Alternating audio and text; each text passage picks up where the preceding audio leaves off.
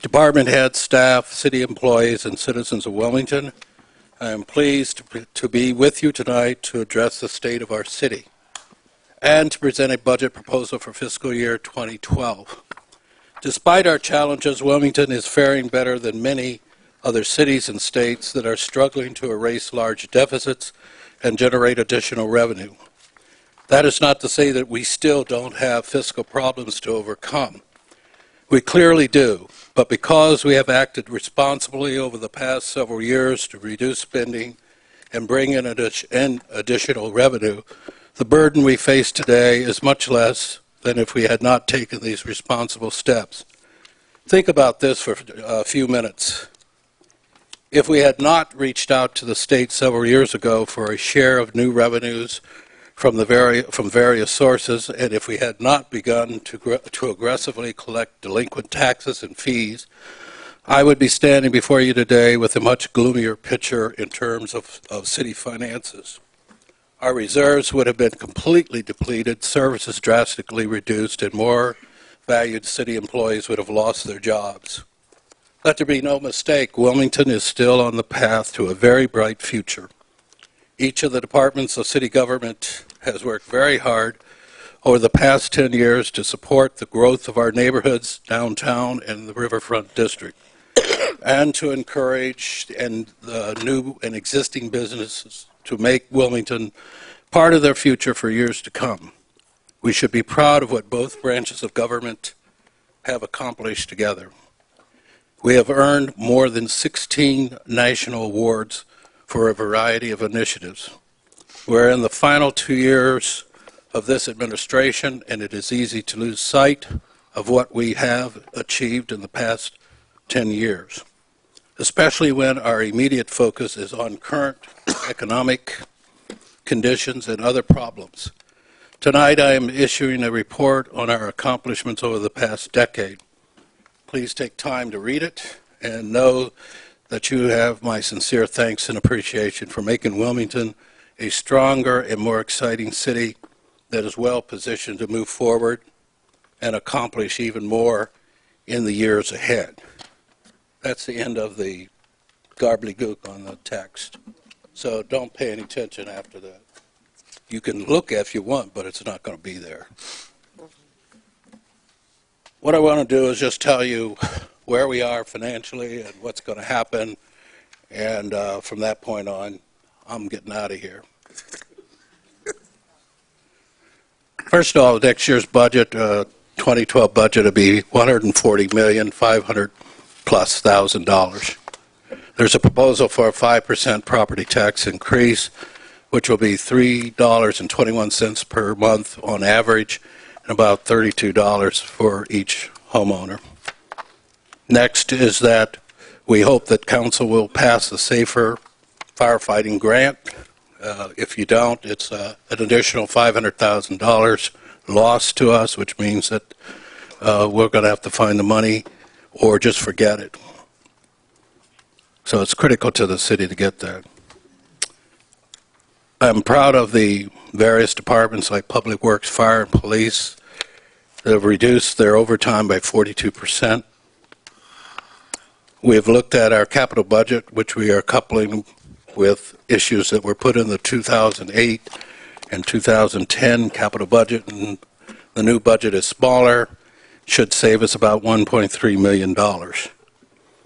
You already know that the state cut the municipal aid, street aid fund, so we're down in that, but our electric bill is averaging about $900,000 to $1 million a year. The water sewer fund needs about $62,500,000 to do their business, and I'm proposing a 16% increase, which is about $6.43 per month for our customers. And most of you know we've talked about this. We have to continually, for the next few years, raise the water sewer fees to make it solvent, because the general fund has been paying for it for too long. The other thing is the red light program, which is going to be expanding it to school zones, hospital zones, things like that. Representative Brady and Representative Dennis P. Williams is introducing that for us and ask council to support that.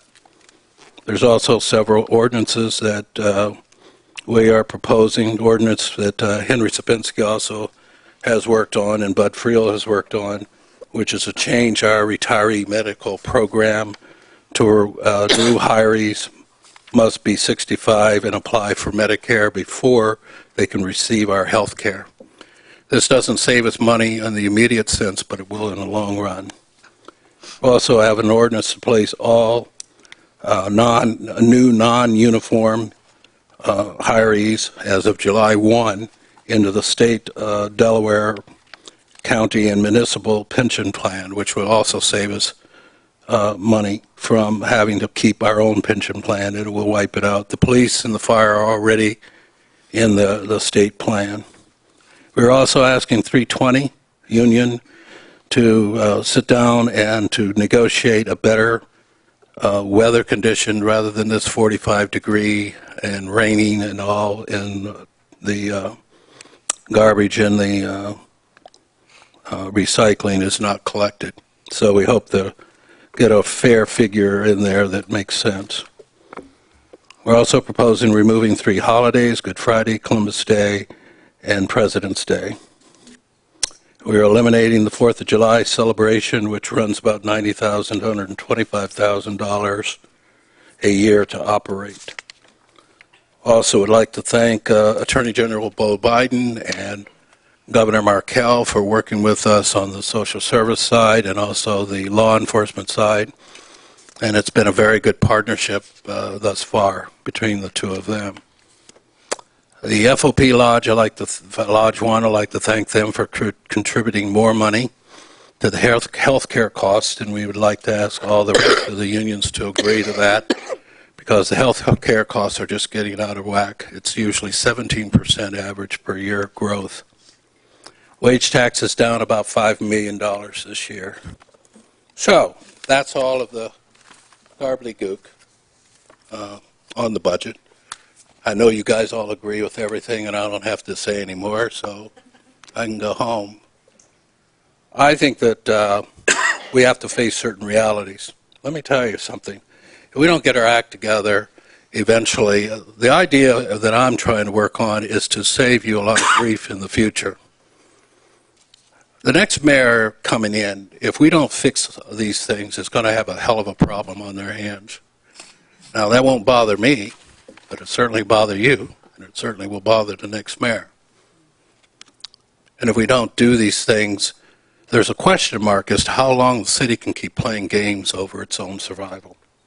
We can't grow geographically, and unless we get more businesses in and more high-rises or whatever, people living here, our basic fundamental financial base is stagnant. And so we have to look at that. One of the proposals was to get rid of some council's positions, which would be eliminated down to 7 or something like that. That's up to you. I don't care if you eliminate each other. That doesn't matter to me. But that may happen. It's just reality of how far can you keep cutting your budget and expecting it to handle your problems.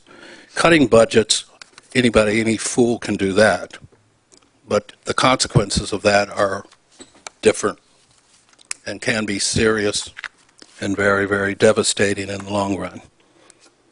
And anybody who's ever been unemployed, because you don't have to unemploy the people, I have to tell the people that they're unemployed. Anybody that's ever been unemployed or lost their job and tried to make a living should know that's a very devastating effect and a very devastating thing to go through. It's not a simple matter of we don't need you just because we want to save a little bit of money. We got to look at the consequences of the people, and we got to look at the consequences of the services. So I'm just telling you I'm tired of fighting. This tension between council and adversarial issues between council and administration has to stop. And I'm willing to stop. But I'll fight you tooth and nail if you want. Doesn't matter to me.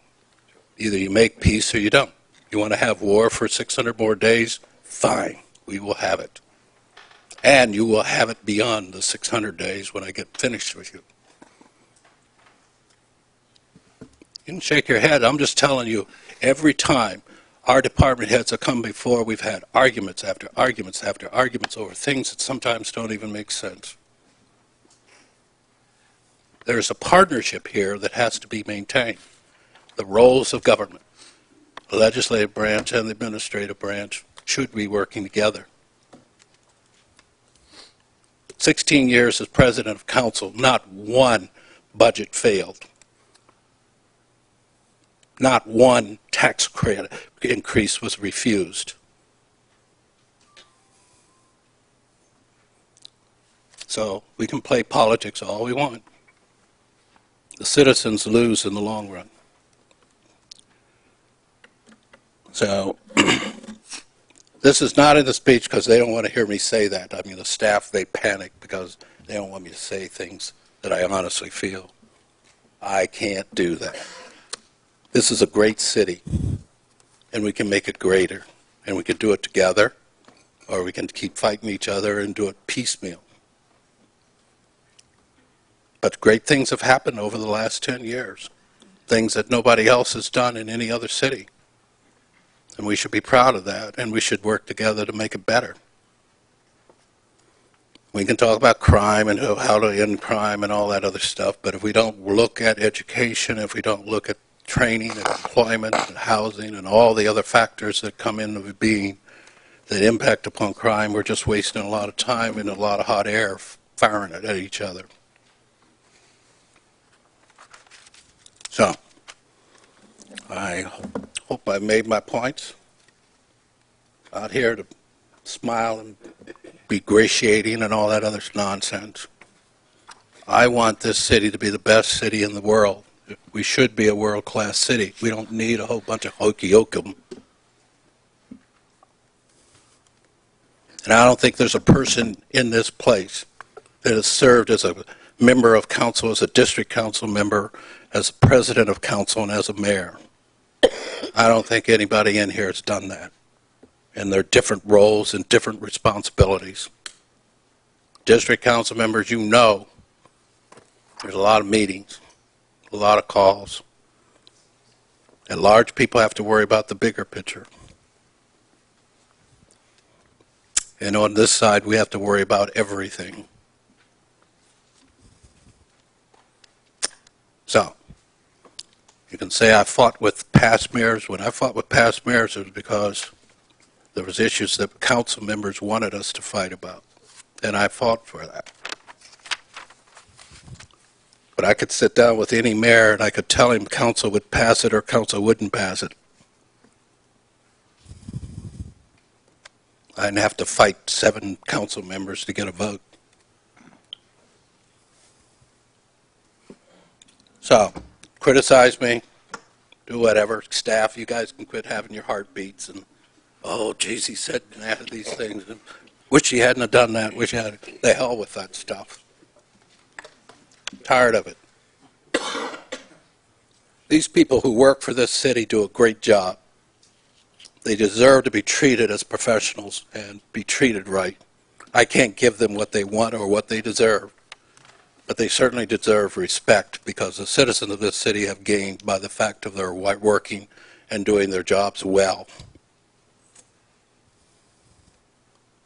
They don't deserve beating ups every time they want to do something or say something or question their integrity or question their intent or question their professionalism. You wouldn't like it, and I don't.